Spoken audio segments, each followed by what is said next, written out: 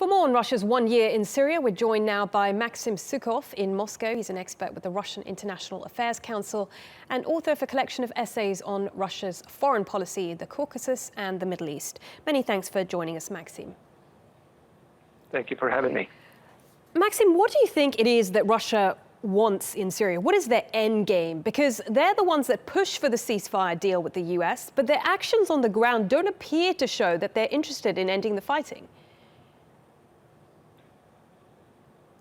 Right. Well, I think when we're looking back at what Russians have achieved over the course of the year since their intervention in Syria, was a certain change in the trajectory of the war that already been mentioned. But I think most importantly, politically, the Russians have managed to push to the agenda of Western partners the fact that the departure of Assad was a non-starter for the negotiations, and there were some conditions created for political transition in Syria. Now I think some of those opportunities have been quickly evaporating, and I think what's happening in Aleppo and is an unfortunate consequence of the failed ceasefire between Russia and the United States. And I think this failed Syria ceasefire is now tops of the list of irreconcilable and uncompromisable narratives that Russia and the United States have in their bilateral relationship, such as it was the case in the Ukraine, in the missile defense, in the spy scandal, in the Arab Spring, and so on and so forth. You say unfortunate consequence. Given what we've seen this year, I think it'd be fair to say that without Russia, Syria would not have achieved what it has achieved on the ground, the Syrian regime, that is.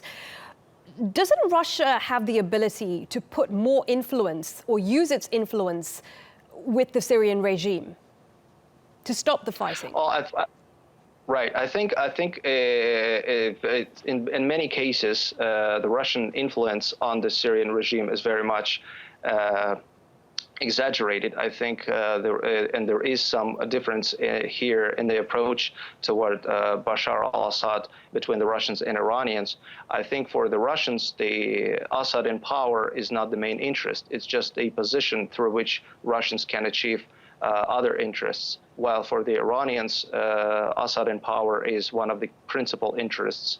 And I think that's something where the Russians really have little influence over.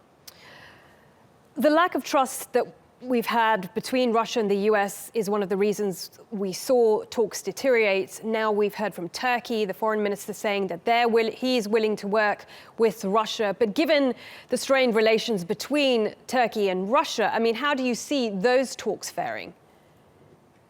Well, first of all, let me tell you that the trust is something that is often looked at as an important component, which it is.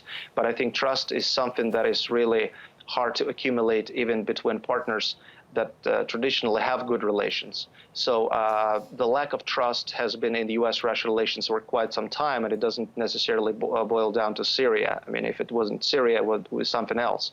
It's just the very unfortunate nature of the bilateral relationship. As far as Turkey is concerned, I think this is something that President Putin, when he will be visiting Turkey in October for the first time since 2015, this is something that he will probably be working at with his Turkish counterpart, President Erdogan.